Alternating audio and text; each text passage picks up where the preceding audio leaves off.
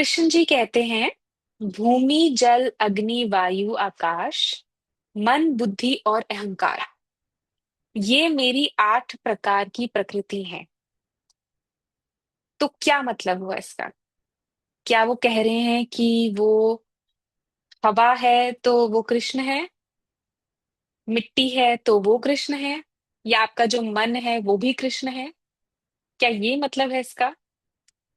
आज हम इसको समझेंगे थोड़ा डिटेल में। उन्होंने 4 श्लोक में ये बताया है कि क्या बताना चाह रहे हैं। जैसे पिछले टाइम जो हम सुन रहे थे उसमें उन्होंने बोला था कि ऐसी कौन सी चीज है जिसको जानने के बाद कुछ जानने की जरूरत नहीं है। उसी को आगे एक्सप्लेन कर रहे हैं। वो बोला था तत्व, एलिमेंट। वो आप सब ऑलरेडी हैं, जिसमें मैंने आपको समझाया कि कैसे आप एलिमेंट हैं, कितनी आपके ऊपर वो जो लेयर्स चढ़ी हुई हैं वो आपको पता नहीं है।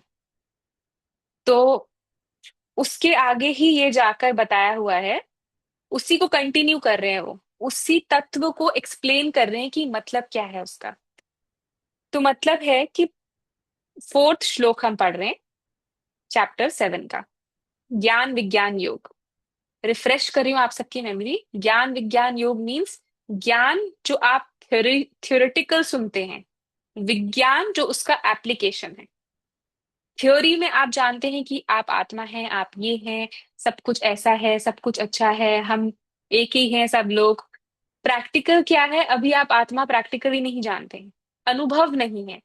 1 सेकंड का भी अनुभव बहुत इनफ है आपकी पूरी लाइफ बदलने के लिए। उसको करना कैसे, वो आज मैं आपको बताऊंगी। पृथ्वी जल अग्नि, 4th श्लोक पढ़ रहे हैं। पृथ्वी जल अग्नि वायु आकाश मन बुद्धि और अहंकार भी इस प्रकार ये 8 प्रकार से विभाजित मेरी प्रकृति है।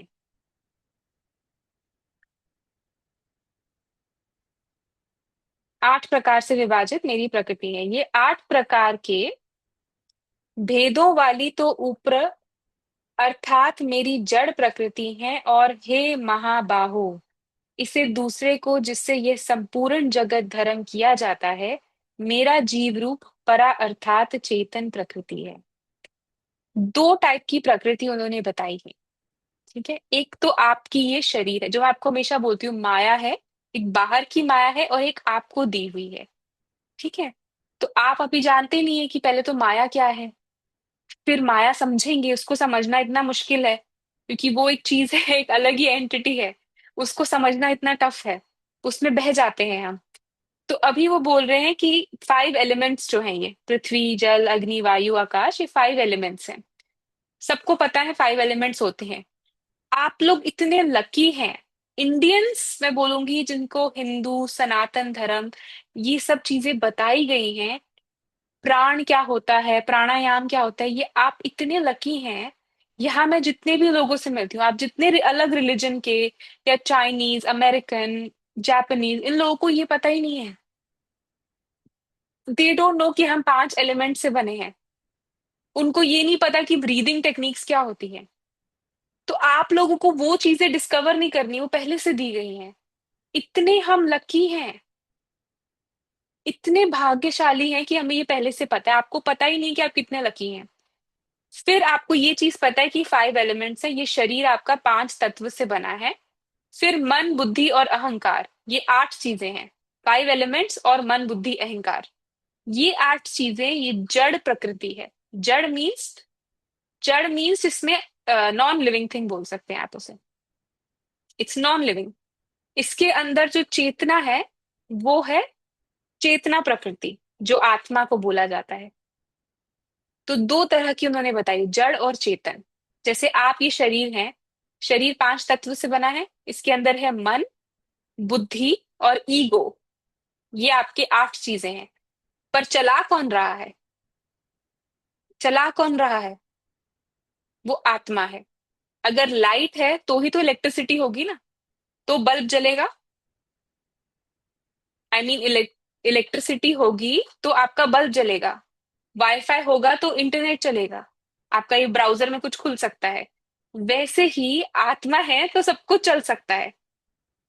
जब रूम में अंधेरा है, सब कुछ चीजें पड़ी हैं, टेबल है, बेड है, सामान, चेयर वगैरह सब कुछ पड़ा है, लेकिन पूरा अंधेरा है, कुछ नहीं दिख रहा है। जब लाइट जलाते हैं तो सब दिखने लगता है, इजंट इट?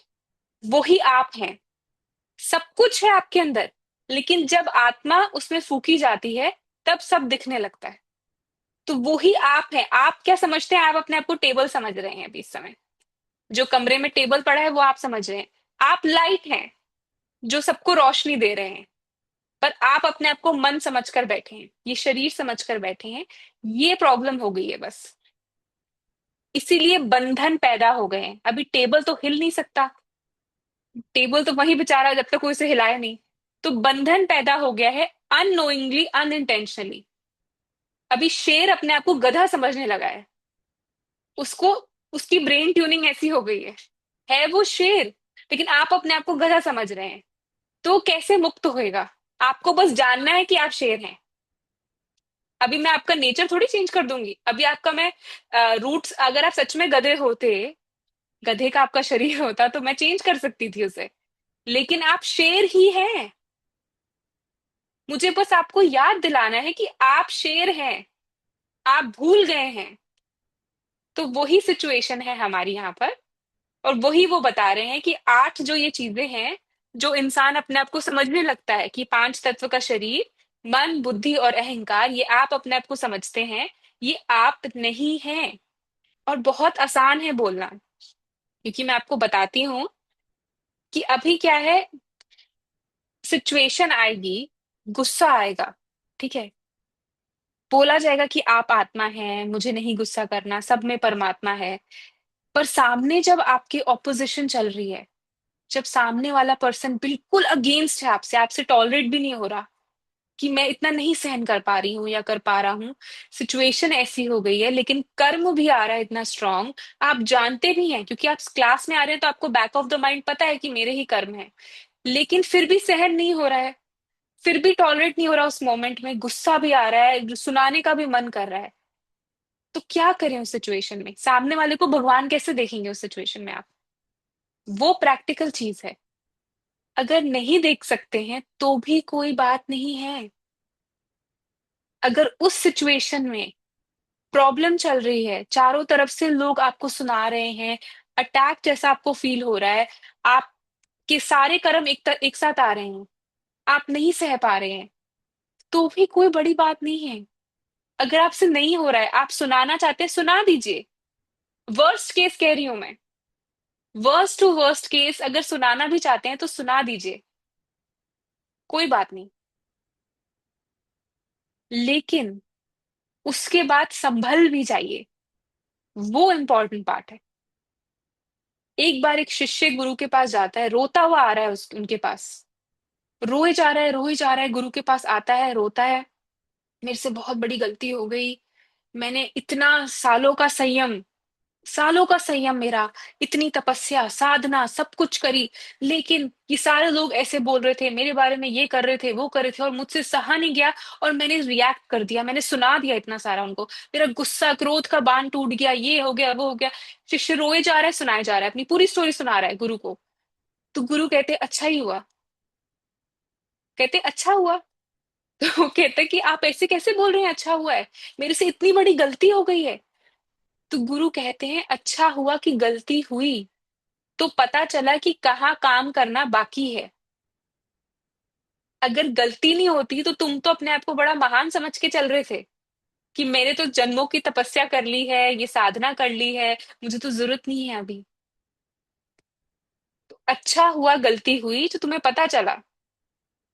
आप लोग भी अगर गलती कर जाते हैं या समझ जाते हैं कि कहीं पे कुछ हो गया है, आपसे मिस्टेक हो गई है, आप नहीं रह पाए, आप टॉलरेट नहीं कर पाए, आपसे रिएक्शन निकल गया, आप बोलेंगे हमसे कर्म बन गए, नहीं बने, ये सब चीजों से उठ जाइए।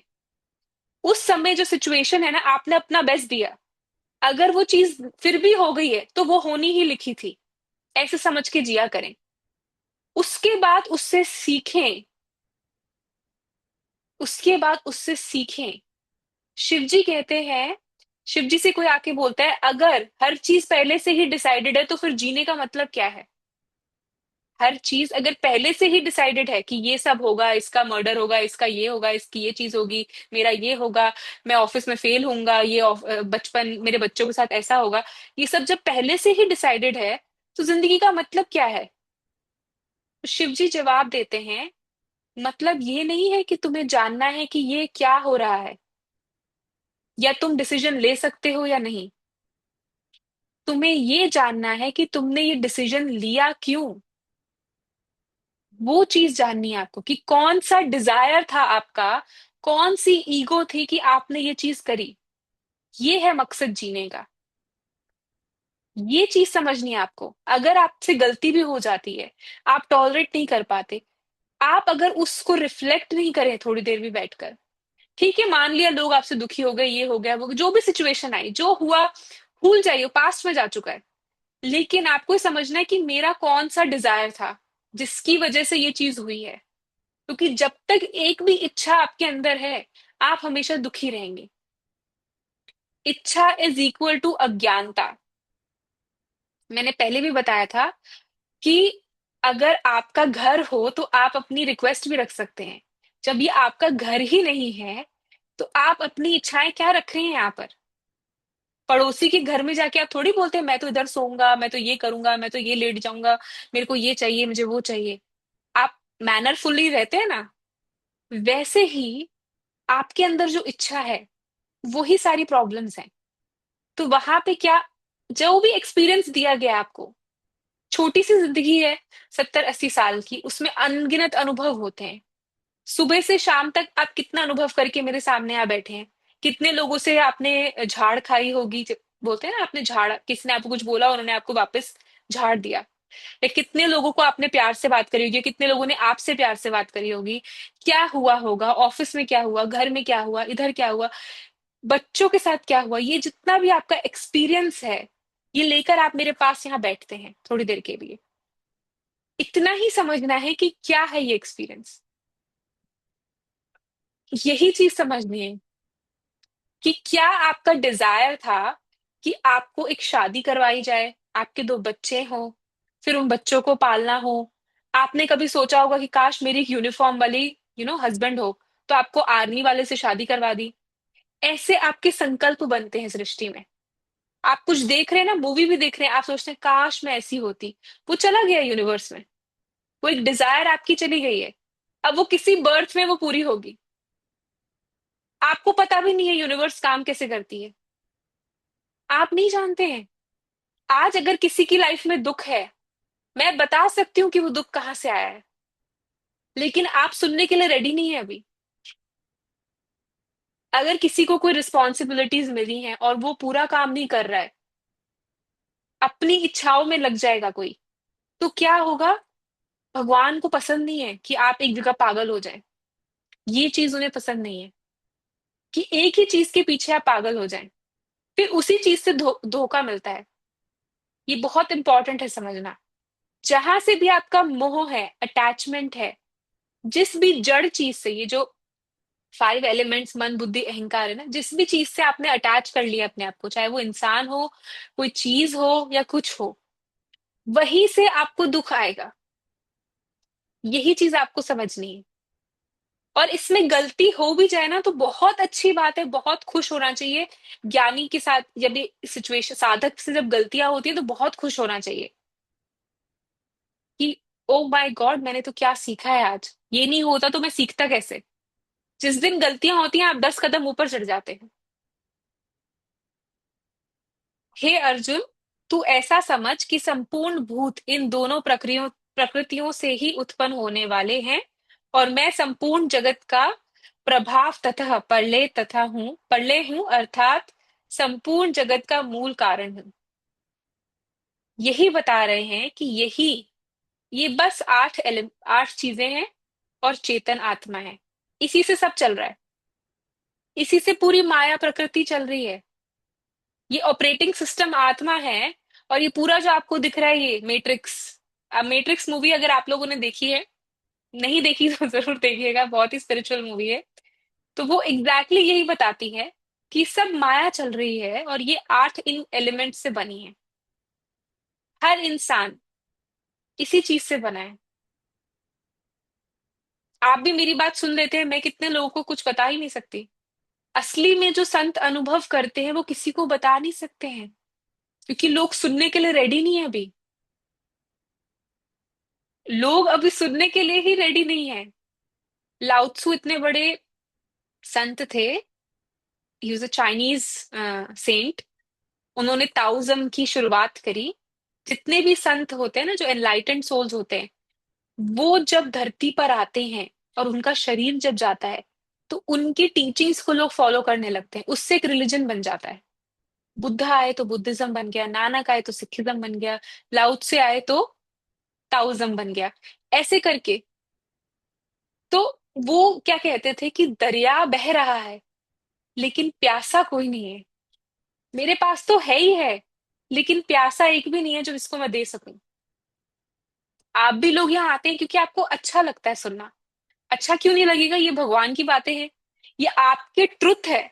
सच जो है ना वो अच्छा लगेगा। और आज भी, और 1 साल बाद भी, 10 साल बाद भी, 1500 साल बाद भी अच्छा लगेगा। ये 5000 साल पुरानी बात ये भी आपको आज अच्छी लग रही है, इजंट इट? क्योंकि सच कभी पुराना नहीं होता। कल का न्यूज़पेपर आप आज नहीं पढ़ेंगे, कल की न्यूज आप दोबारा नहीं देखेंगे, लेकिन रामायण, गीता, भागवत, बाइबल, ये सारी हिब्रू की किताब, ये सब चीजें आप बार बार पढ़ते हैं। सेम चीज लिखी है फिर भी बार बार पढ़ रहे हैं। कि गहराई इतनी है। आपको एक बारी में समझ नहीं आता, आपका मन जो है वो मैला है। जैसे जैसे पढ़ते हैं मन साफ होने लगता है, और जितना साफ होने लगता है फिर आपको और अच्छे से समझ आता है। धुंधले शीशे से आप देख रहे हैं अपने को, फिर पढ़ते हैं, फिर साफ करते हैं एक तरह से, फिर पढ़ते हैं तो एक और बार साफ होता है, फिर एक टाइम आता है पूरा साफ हो जाता है, फिर जो बाहर है वो अंदर है सेम हो जाता है। वो स्टेट तक आप सबको पहुंचना है। उसके लिए पहले घर में जो चीजें हैं, जो आपके कार्मिक कनेक्शंस है, वहीं से शुरुआत है। पहले वहां समझना है कि ये लोग कौन है। ये प्रैक्टिकल ज्ञान है। आपके जो घर में माँ बाप, सास ससुर, भाई बहन, बच्चे, पति पत्नी, इतना सही परिवार है। ठीक है। अगर ज्यादा होगा तो चलो जेठ जेठानी, आ, देवर देवरानी, ये भी हो जाएगा, जो जॉइंट फैमिली में रहते हैं। फिर उनके बच्चे। वर्स टू वर्स 15-20 लोगों से ज्यादा आपका कुछ नहीं है। उन 15-20 लोगों में ही आप देखना आपका सबसे स्ट्रॉन्ग कर्म कौन सा है। स्ट्रॉन्ग कर्म मीन्स जो आपके बिल्कुल आपको हमेशा अगेंस्ट ही रहते हैं। जो आप बोलेंगे उसको कट करेगा कोई। उसको नोट कर लीजिए। आज ही नोट कर लीजिए। अभी जाएंगे ना आप लोग, अपना फोन ऑन करेंगे। कौन है वो इंसान जो हमेशा आपके एंटी रहता है, जो आपको कट करने के लिए पैदा हुआ है? वो इंसान आपका सबसे बड़ा कर्म है। उसको आपने बहुत तंग किया है। ये समझना है आपने। और जब आप कर रहे थे तब आप बहुत मजे लेते थे। अब जब वो वापस आ रहा है तो आपको बहुत दुख होता है। तो वो जो इंसान है ना, उसी से आपको अपना कार्मिक चेन खत्म करना है अब। ये आपका काम है। अभी आत्मा वात्मा, 5 तत्व क्या है, प्रकृति कैसे चलेगी, ये सुनने में अच्छा लगता है, लेकिन प्रैक्टिकल क्या है? प्रैक्टिकल ये है। कौन सा एक इंसान, वैसे 3-4 भी हो सकते हैं किसी के घर में, बट मुझे नहीं पता, मिनिमम एक तो होता ही है। तो वो कौन एक है जो आपको कट करने के लिए ही पैदा हुआ है? उससे आपको अपने कर्म खत्म करने हैं। वो कैसे करेंगे? पहले तो अंदर से माफी मांगनी। जब भी सिचुएशन आती है, जब भी कोई आपको वो कट कर रहा है, इमीडिएटली आप, इतनी अवेयरनेस हो जाएगी, धीरे धीरे होगी। देखिए, मन एक दिन में बलवान नहीं बना है। मैं ये बताना चाहूंगी आपको। बचपन में बच्चे कैसे होते हैं, जो माँ बोलेगी वैसा वो कर देंगे। मतलब मन इतना स्ट्रांग नहीं है अभी कि नहीं नहीं मैं बोलूंगा वही होगा। ऐसा नहीं होता ना। मम्मी जो बोलती है या पापा जो बोलते हैं वो कर देता है बच्चा। धीरे धीरे धीरे मन की पावर स्ट्रांग होती जाती है। जितना वो संसार में लगता है, जितनी चीजें वो करता है, जितना आप कंट्रोल उसे दे रहे हैं। आज ये खाने का मन कर रहा है तो आपने खा लिया, तो मन और स्ट्रांग हो गया। आज बाहर जाने का मन कर रहा है, आपने कर लिया, तो फिर मन और स्ट्रांग हो गया। आज ये करने का मन कर रहा है तो ये कर लिया आपने।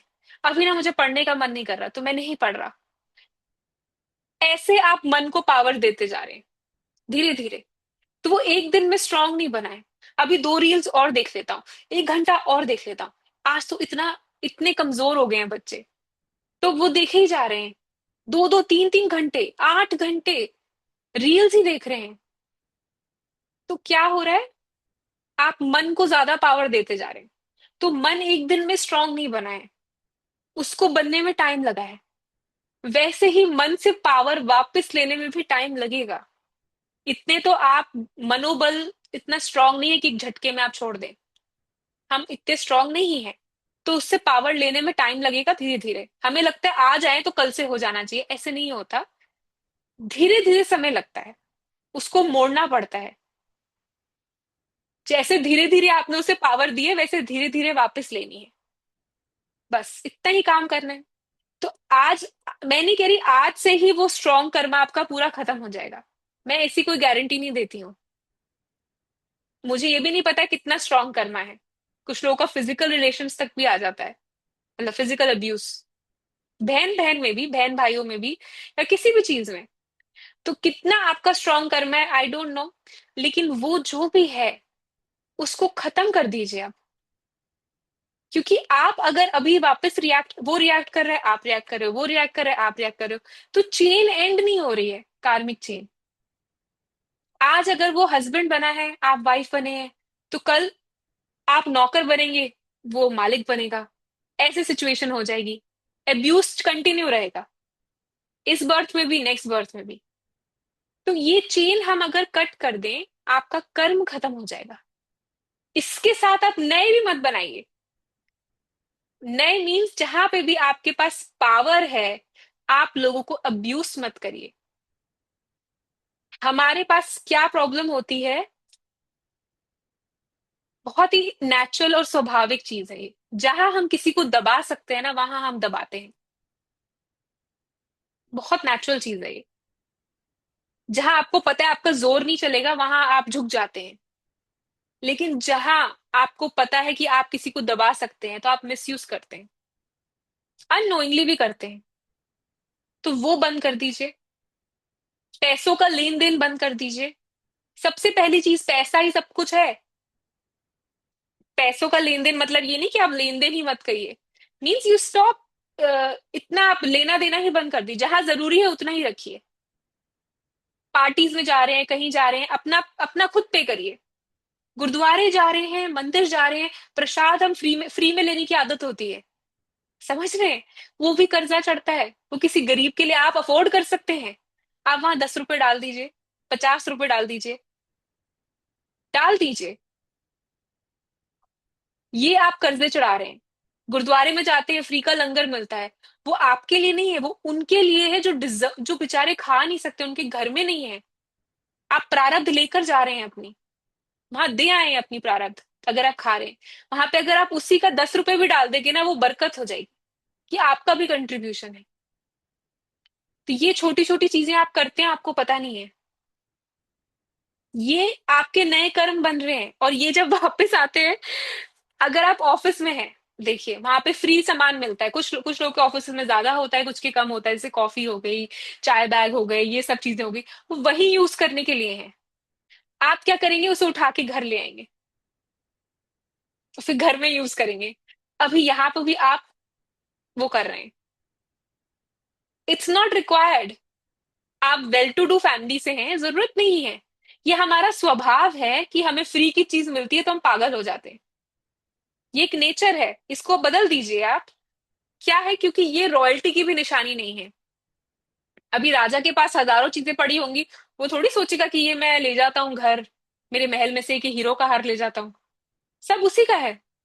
तो आपको क्या करना है, जब ऐसे आप करते हैं ना कि वहां से दूध ले आए, या इसके सैशे ले आए, या टी बैग के सैशे ले आए, बिल्कुल प्रैक्टिकल बात मैं बता रही हूँ आपको।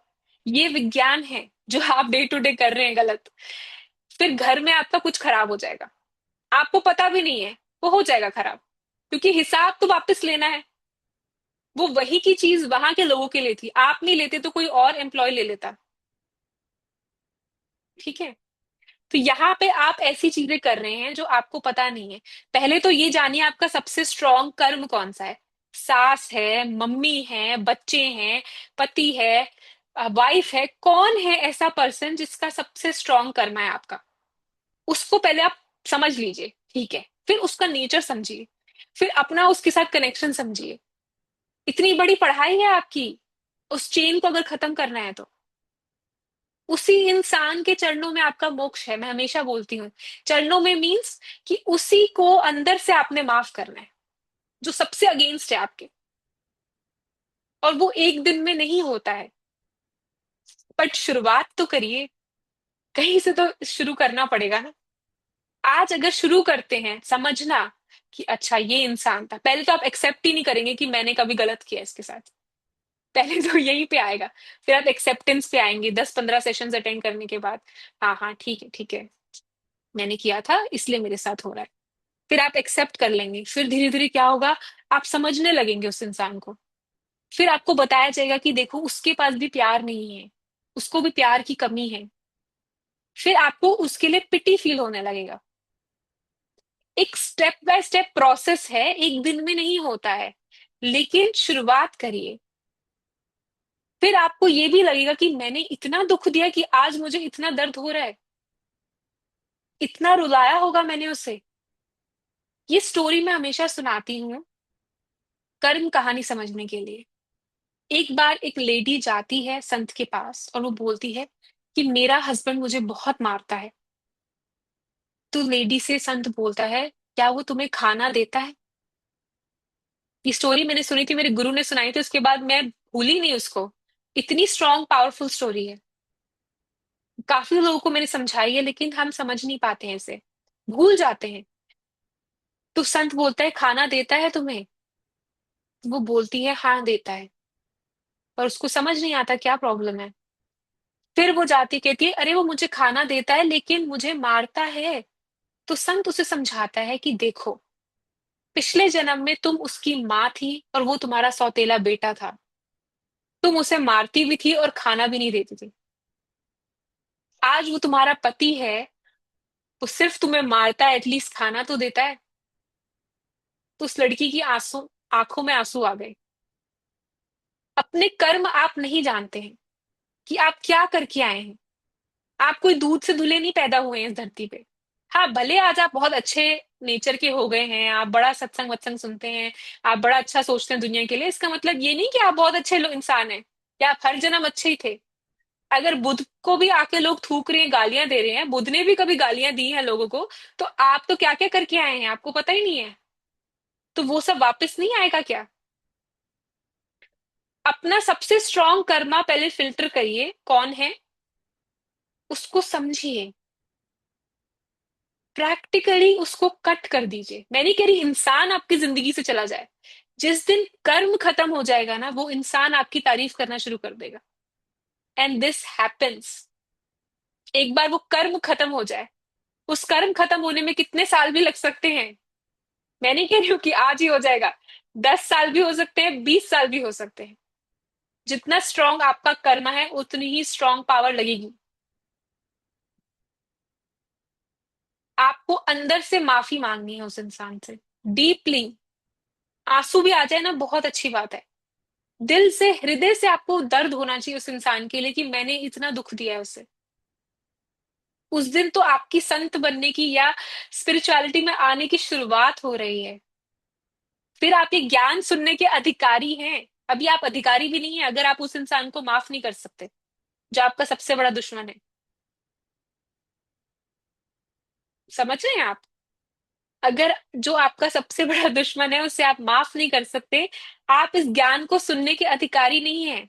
मुझे सुनाना नहीं चाहिए आपको, मैं पाप कमा रही हूं। तो उसको माफ करने के लिए स्टेप बाय स्टेप प्रोसेस है, एक दिन में नहीं होगा, मैं समझती हूँ।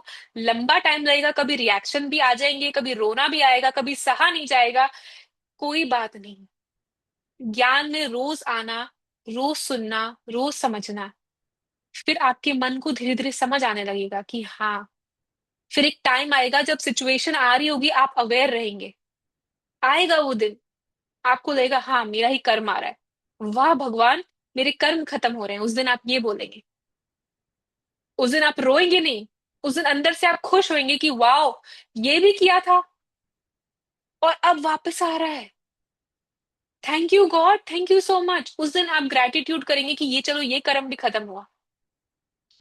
ऐसे आप करेंगे और वो दिन आएगा जरूर। तो पहले तो आप नए कर्म मत बनाइए। और जो ये सबसे स्ट्रांग कर्म है, बाकी छोटे मोटी चीजें है ना, जो अच्छा इंसान है आपका, वो आपका सबसे अच्छा कर्म है, जो आपके लिए हमेशा फेवर करता है। उससे हट जाइए, वो आपको अटैच कराने के लिए आया है। वहां मत गिरिएगा।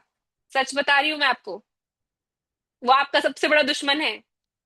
ठीक है। कभी कभी आप डाउन हो जाए तो उसके पास चले जाएं, बहुत अच्छी बात है। लेकिन जो इंसान आपका सबसे अच्छा, सबसे आपकी हमेशा तारीफ करता है आपके बारे में, वो इंसान, आपको मैं बता दूं, वो वापस माया में डालने के लिए आया है। और जो भगवान के बच्चे होते हैं ना, उनको ऐसे इंसान बड़े कम मिलते हैं। मिलते ही नहीं है एक्चुअली। जो चुने हुए बच्चे होते हैं ना, उनको ऐसे लोग मिलते नहीं है जो हमेशा उनकी तारीफ करते रहे। क्योंकि भगवान चाहता नहीं है कि आप वापस माया में चले जाएं। क्योंकि जरा आपको कोई दे क्रेडिट, अरे आप तो कितने अच्छे हैं, आप तो कितना प्यार से बात करते हैं, मेरे को ही कोई बोलने लग जाए तो मैं ही वापस चली जाऊं। ऐसे गिरते हैं हम 2 मिनट में। तो उन लोगों से अगर हैं आपकी जिंदगी में तो आप बड़े लकी हैं, आपने अच्छे कर्म भी करे हैं। लेकिन उनसे अटके नहीं, उनको अप्रिशिएट करिए। ये नहीं कह रही हूँ कि उनको अप्रिशिएट मत करिए, उनको इग्नोर करिए, टेकन फॉर ग्रांटेड लीजिए, ये भी मत करिएगा। वो बेकदरी भी नहीं करनी है, रिस्पेक्ट भी करनी है, वैल्यू भी करनी है, उनको प्यार भी देना है। लेकिन अंदर से आपको अटकना नहीं है उन लोगों के बीच में। क्योंकि वो अच्छा है, आपको देने आए हैं, लेकिन आपको अटकना नहीं है वहां पे भी। वहां अटैच हो जाएंगे, फिर जब वो कर्म खत्म हो जाएगा ना, अच्छा वाला, तब वहां से भी प्रॉब्लम शुरू हो जाएगी।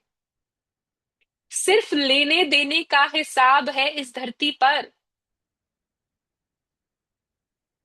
लेना और देना, अच्छा बुरा, कुछ भी, सब लेने देने आए हैं। जिस दिन आप ये समझ जाएंगे कि जो आपको कोई आया है आपके घर में, पैसे ही पैसे दिए जा रहा है आपके लिए। एक बच्चा है जो सब कुछ करता रहता है, एक बच्चा है जो लेने ही आया है। सिर्फ बच्चों में नहीं होता, ये हर चीज में होता है। एक बहू आई है जो सिर्फ दे ही दे रही है, एक बहू आई जो ले ही ले रही है। देवर है, देवरान, मतलब सिर्फ लेने देने का हिसाब है। कुछ लोगों को आपने अच्छा ही दिया था तो वो अच्छा दे रहे हैं, कुछ लोगों को बुरा दिया था तो बुरा दे रहे हैं। इतना ही है, सब चीजें खत्म कर दीजिए, चैप्टर क्लोज कर दीजिए सबके। जो अच्छा लेने आए थे उनसे अच्छा ले लीजिए, जो बुरा देने आए थे उनसे बुरा ले लीजिए। सबको जयराम जी करके ओके, थैंक यू, ओवर। अपने कर्म खत्म, समेट लीजिए अपने कर्म, थोड़े कम कर दीजिए। तो यही करना है हमें, ये प्रैक्टिकल ज्ञान है। अभी इसके बाद आप लोगों को ये घर जाके आप होमवर्क क्या करते हैं, आपका मन कहाँ जा रहा है, ये कहाँ जा रहा है, चलो ये नहीं कर पाते कोई बात नहीं, एटलीस्ट ये कर्म का होमवर्क तो कर सकते हैं। ये 8 प्रकृति है हमारी, जो आप ये मन बुद्धि शरीर अहंकार, ये 5 तत्व हैं। इनको आप सच मान के आपने हजारों गलतियां कर दी। गधा, आप शेर थे, गधा समझकर आपने बहुत लोगों को हर्ट कर दिया है। इतना सा एग्जाम्पल है। शेर किसी से बात करता है जंगल में, वो अपना अलग से रहता है, वो मजे में रहता है, एंजॉय करता है, जिसको खाना है खा लिया, मन करिया बैठ गए। बंदर जाके सबको तंग करता है, कर्म बना रहा है वो। तो आपने बंदर समझ के अपने को हजारों कर्म बना लिए हैं। अब वापस आपको शेर में भी आना है और कर्म भी खत्म करने हैं। तो we will do it, time लगेगा थोड़ा, लेकिन हो जाएगा। मैं हूं आपके साथ, हम सब हैं। हे धनंजय, मुझसे भिन्न दूसरा कोई भी परम परम कारण नहीं है। यह संपूर्ण जगत सूत्र, मैं सूत्र के मनियों के सदृश मुझ में गुणतम हुआ है। सब कुछ मैं ही हूं, वो यही कह रहे हैं, जो हमने भजन भी सुना था स्टार्टिंग में। सब मैं ही हूं, living things, non living things. इसलिए हर एक के आगे झुकने को बोलते हैं, आशीर्वाद लेने को बोलते हैं, जड़ और चेतन दोनों से। लेकिन आप लोगों का प्रैक्टिकल लाइफ में क्या है, हम लोग नहीं समझते हैं, सिर्फ बह जाते हैं। मैं नहीं कह रही कि आप गलती मत करिए, करिए, मिस्टेक भी हो जाती है, गुस्सा भी आ जाता है, नफरत भी निकल जाती है, छोटी मोटी चीजें इग्नोर भी हो जाती हैं। अधर्म मत करिए, चीट मत करिए, गलत रास्ते में मत जाइए, और ना किसी को भेजिए। सबसे बड़ा पाप है दूसरे को गलत रास्ता दिखाना। जानते हैं आप? आपको जवाब नहीं पता है, ये 90% लोग यही काम करते हैं। आपको जवाब नहीं पता है, बोल दे मुझे नहीं आता है। हम क्या करते हैं, भटका देते हैं सामने वाले को। आप आज किसी को भटका रहे हैं, कल आपको कोई भटकाएगा। इसीलिए अवेयरनेस में आना इतना इंपॉर्टेंट है कि आप सुबह से शाम क्या कर्म कर रहे हैं, किस किस को क्या बता रहे हैं आप। क्या आपके बताने से किसी का कुछ भला हो रहा है, तो वो अच्छी चीज है। या आपने किसी को कुछ डांटा भी है, तो आपकी नीयत अच्छी थी, नहीं अच्छी थी तो गए आप वहां पे भी, ठीक है। वहां पे भी वो नेगेटिव कर्म बन जाएगा। मैंने एक रील भी बनाई है कि चाहे आपने कितना ही अच्छा कर्म किया हो, लेकिन नीयत बुरी है, वो काउंट नहीं होता है, काउंट नहीं होता है वो। लेकिन अगर आपने कितना ही बुरा कर्म कर दिया और नीयत अच्छी थी, वो फिर भी माफ हो जाएगा। आपकी इंटेंशंस क्या है? आप किसी को चिल्ला भी रहे हैं, गुस्सा भी कर रहे हैं, आपका कर्म ये इंटेंशन क्या है? बाद में चलिए आप माफी भी मांग लेते हैं। संतों का जो दिल होता है ना, वो निर्मल होता है। तो अभी कुछ वो तो ऐसे शांत हो जाते हैं। कुछ लोग होते हैं कठोर, नहीं नहीं करनी इस इंसान से बात, मरते दम तक बात नहीं करूंगा इससे। ऐसे होते हैं कुछ लोग। बेचारे मरते दम तक आप क्या करेंगे? जीना ही नहीं है आपने, कल मर जाना है, फिर क्या करोगे आप? इतनी छोटी सी जिंदगी है, 70-80 साल आपको मिले हैं। बेस्ट एडवांटेज उठाइए इसका। लिस्ट बना लीजिए, मेरी जिंदगी में ये 6 लोग हैं, ये मेरा एवरेज कर्मा है, ये मेरा एवरेज कर्मा है, ये मेरा एक्सट्रीमली स्ट्रॉन्ग कर्मा है, ये मेरा गुड कर्मा है। आपने लिस्ट बना ली अपनी। फिर आप अपनी एक लिस्ट बनाइए अपना स्वभाव की, ये जो आपको पता ही नहीं है अभी। सबसे बड़ा आपका एक साइकोलॉजी में से बोलते हैं hidden hidden information about your self. वो आपकी क्या है, आपको अपना स्वभाव नहीं पता है कि आपका नेचर कैसा है। वो एक लिस्ट आपको अपनी बनानी शुरू करनी पड़ेगी कि मेरा खुद का नेचर कैसा है। मैं नहीं कह रही हूँ बदल जाइए, पता तो करिए। शुरुआत तो यही से होगी कि आप कंजूस हैं, आप गुस्सा करते हैं, आपको छोटी छोटी चीजों पे इरिटेशन होती है।